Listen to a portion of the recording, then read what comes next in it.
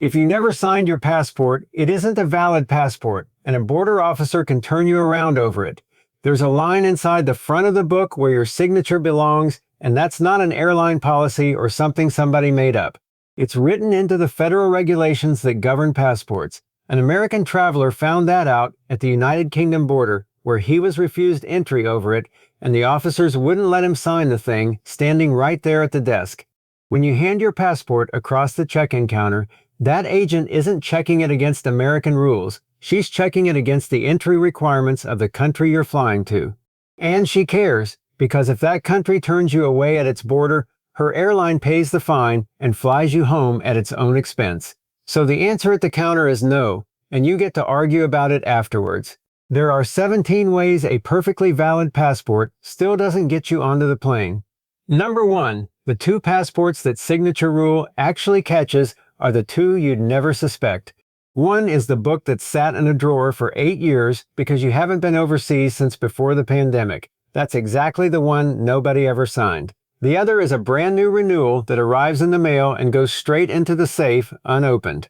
In fairness, most of the time nobody looks. Plenty of people have flown for years on an unsigned passport and never had a word said to them. But the day one officer does look, you've got no argument to make, because the rule is printed inside the passport itself.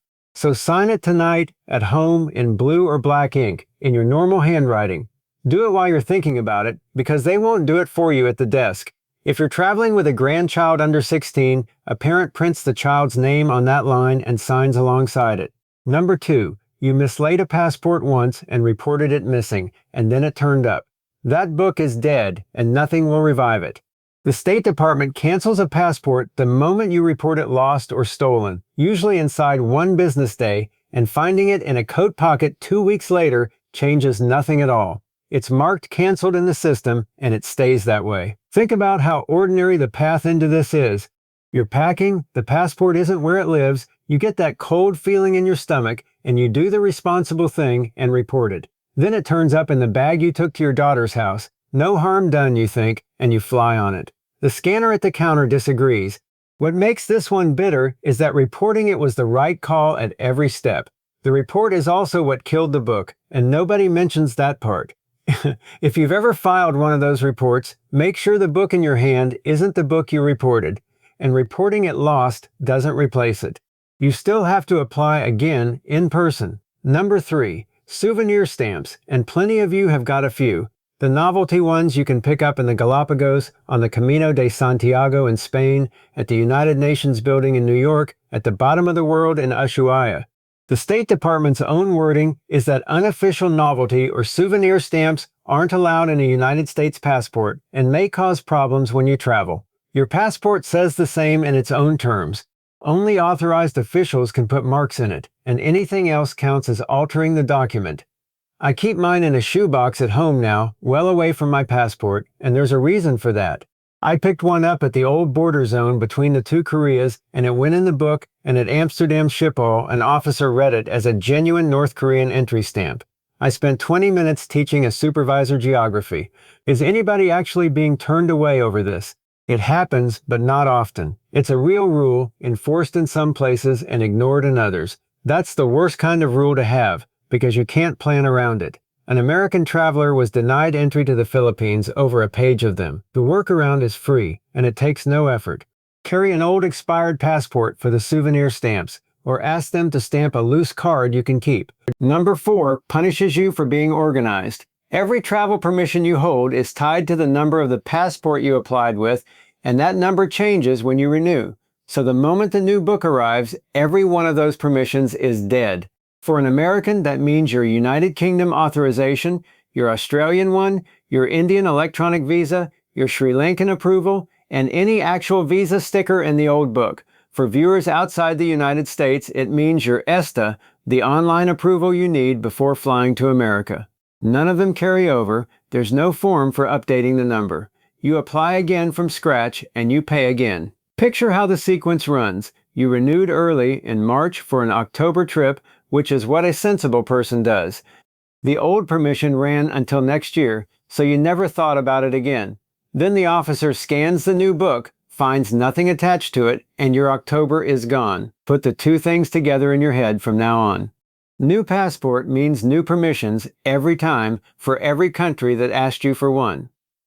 Number 5. Are you British or Irish without really thinking of yourself that way?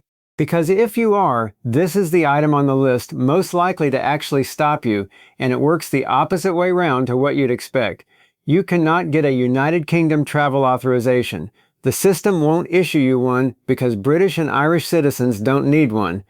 That sounds like good news until you see what it means at the airport. You have to travel to Britain on a British or Irish passport, or on a document proving your right to live there. Turn up with an American passport and nothing else, and the airline may refuse to board you because you can't prove the exemption you're relying on. Here's why I'm giving this its own number instead of a footnote. The people most likely to get caught by it are the people least likely to know it applies to them. A woman who left England as a child 70 years ago, who's thought of herself as American her whole adult life, is a British citizen and always has been because British citizenship passes down the family. There are people watching this who've never held a British passport in their lives and are British citizens on paper. If there's any chance that describes you, start on it well ahead of your trip. That paperwork can take months. Number 6. A small piece of plastic that solves a problem a lot of you have. The United States passport card. It's the size of a driving license, it costs a fraction of what the Blue Book cost, and it does two quite different jobs. Take the warning half first. The passport card is not valid for international air travel anywhere to any country if you're getting on a plane.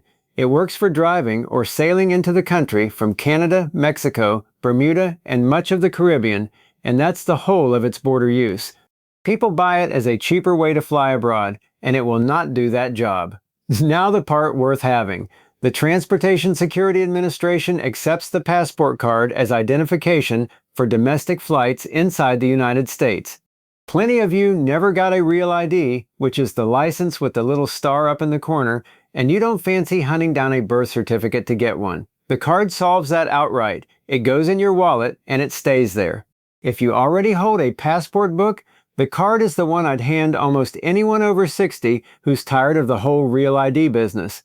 Number 7. Since the 25th of February, every United States passport holder going to the United Kingdom as a visitor needs an electronic travel authorization, which the British call an ETA. I still meet Americans who haven't heard about it.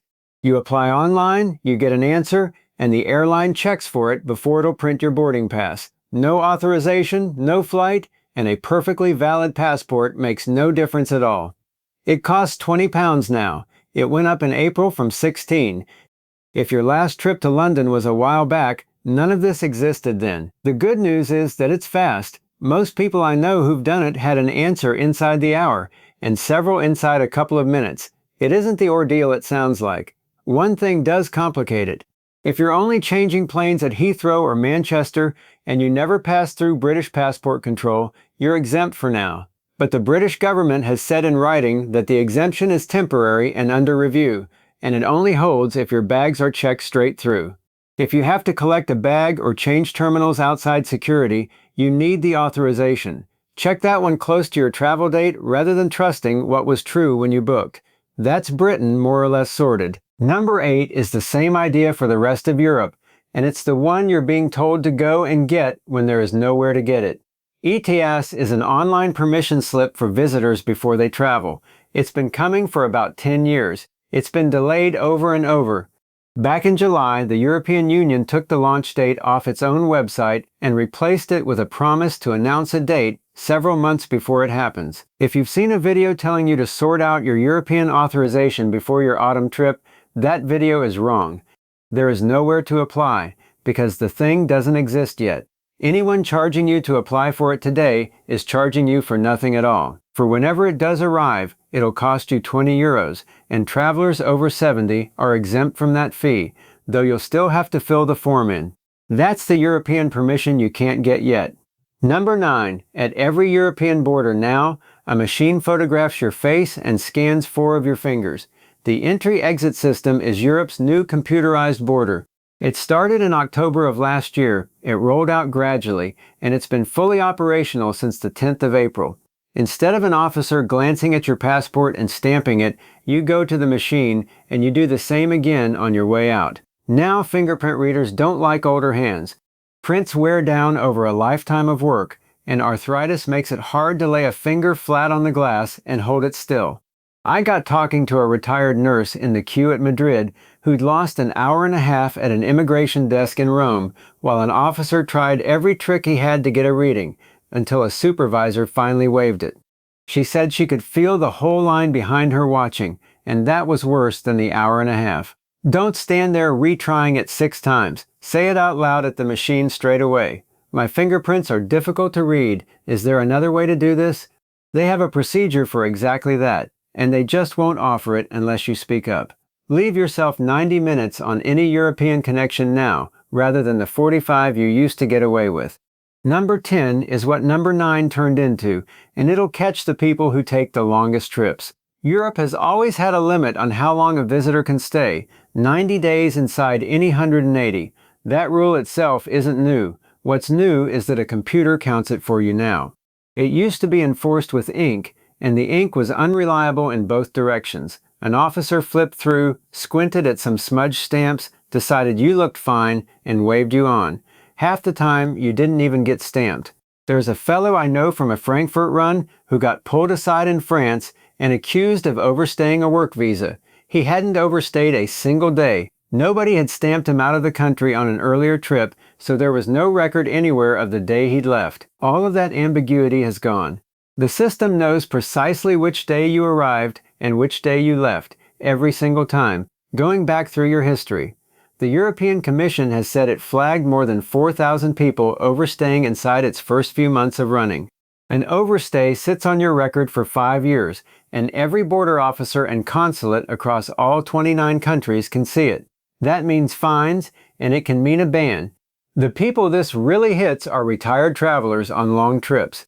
The ones who spend 2 months with family in Italy in the spring, go back for 6 weeks in the autumn, and have never once counted the days. Number 11 trips up the people who think they've already dealt with number 4. If you've got a valid visa in an expired passport, that visa can still be usable, but only if the old book with the visa in it and the current valid one are both in your hand at the counter. A visa does not move to the new passport by itself, and the airline will check for both books.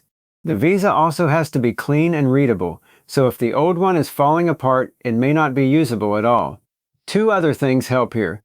When your renewal arrives, your old passport comes back to you along with it, punched or clipped but intact, so nothing in it is lost and you don't have to go asking. And the rule varies by whichever country issued the visa.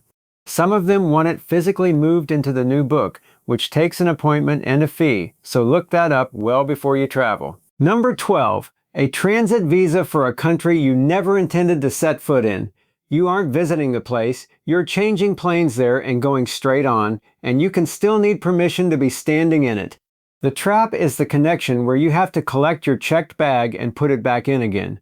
That happens when your 2 flights are on airlines with no agreement between them, and it happens automatically when you fly into the United States.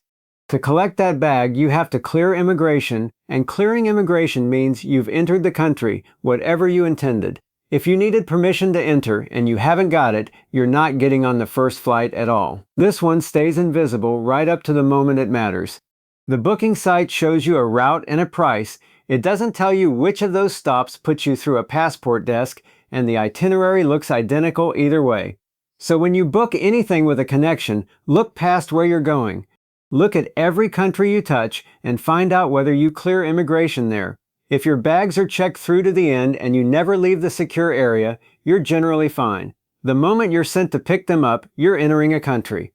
Number 13 usually starts with a wedding. The name on your ticket has to match the name in your passport exactly, letter for letter, and close enough won't do it. A friend's daughter booked her honeymoon before her October wedding, in her maiden name, which was correct at the time. Then she renewed her passport into her married name, which was also correct. 2 right decisions that added up to a document mismatch, and she paid $200 at the airport counter to change her ticket. She got to go, which is more than some people manage, but that's not how you want to start a honeymoon. Names get typed wrong too. Agents transpose first and last. A middle name shows up in one place and not the other, and while a missing middle name on a domestic ticket is usually fine, an international airline can be a great deal stricter. Read your booking confirmation the day it arrives, with your passport open beside it, letter by letter. If it's wrong, fix it that week. The cheap carriers are the least forgiving of the lot, so don't rely on goodwill. Number 14. Count the empty pages in your passport. It can have years left on it and still get refused because there's no room inside. Somebody has actually gone through this country by country, and the split is that most want a single clear page, 43 want 2 or 3, and a handful of those want 2 blank pages side by side, rather than any 2. South Africa is the strictest of them and has turned people away at the gate over it. Now, a lot of experienced travelers hear this and say the same thing back. Nobody stamps passports anymore. That's broadly true across Europe and North America, and it gets truer every year. But blank pages are there for visa stickers, which take a full page each, and for the countries that do still stamp and burn a fresh page doing it. The United States stopped letting you add pages years ago. If the book fills up, you renew it, even with 5 years of validity left. Under 4 blank pages total, and you should be planning a renewal. And when you apply, ask for the larger 52-page book, which costs you nothing extra. Number 15 is damage. And I want to be straight with you because this one gets badly overstated. There's a chip in the back cover of your passport with a thin antenna wired around it. Fold the book, sit on it, keep it in a back pocket for a decade, and that antenna cracks. The chip inside stops working. The book still looks perfect from the outside. So here's what a dead chip really costs. There's a fellow I see on the Lisbon run most winters who's had one for years and has crossed more than 30 borders on it. What it costs him is the automatic gate. He gets sent to a human officer who opens the book and reads it the way they did for 50 years, and off he goes. I wouldn't cancel a trip over a chip that stopped reading, and I wouldn't panic if yours does. What I would do is replace the book, because it only ever gets worse. And at an airport where those machines are the only way through, a dead chip stops being an inconvenience. Visible damage is a different matter entirely. Water damage that's left the pages wavy, a torn page, peeling plastic over your photograph, a grandchild's biro across a page. That's a passport an officer can't verify, and that one really does get refused. One thing people never think of, a wallet or cover that blocks radio signals will stop the chip being picked up at all, even when it's perfectly fine. Number 16, when a new passport arrives, read it. Under a decent light, with your glasses on, every line of the page with your photograph. I say that because these come back wrong more often than you'd believe. A woman got a new passport ahead of a cruise, glanced at it, and put it in the safe. Gathering her documents the night before sailing, she found it listed her as male. There was no time to do anything about it, so she sailed and hoped and got away with it. Australia is one country that does check that field. Read your name against the spelling on your birth certificate. Read your date of birth. Read the expiry date, because that's the date every other rule in this video gets measured against. And read the issue date while you're there. Then set a reminder for 10 months before it expires, which gives you a comfortable run at renewing.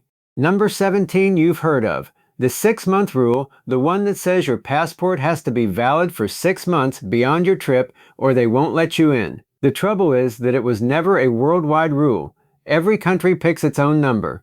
China wants the 6 months, and so do Thailand, Indonesia, the United Arab Emirates, and Kenya. Europe asks for only 3, and it counts them from your departure date rather than your arrival date, which trips people up on its own. Europe attaches a second condition on top, and this one catches British travelers hardest. The passport has to have been issued inside the last 10 years. British books used to carry extra months rolled over from the previous one that pushed the issue date past the 10-year mark on some of them, while the expiry date on the same page still looked perfectly healthy. If you're flying with a British husband or wife, look at when their passport was issued, not just when it runs out. And this rule isn't new either. Travelers have been getting caught by it for decades. The reason it keeps landing is that it only bites people who fly abroad rarely, which describes a lot of us. Stop treating the printed expiry date as the real one. Treat a 10-year passport as a 9.5-year passport instead. Every one of these 17 comes down to the same thing. that person at the counter isn't reading an American rule book. She's reading the rule book of wherever you're going, and she's reading it carefully because her airline is the one that pays if she waves you through and the border sends you back. Whether your passport is valid was never really the question. What matters is whether it's valid for the one country printed on your ticket on the day you're flying. So the 4 minutes you spend at your kitchen table with the book open in front of you are worth more than anything you can do at a check-in desk. Of the 17, which one made you get up and go and look at your own passport? Put its number in the comments below.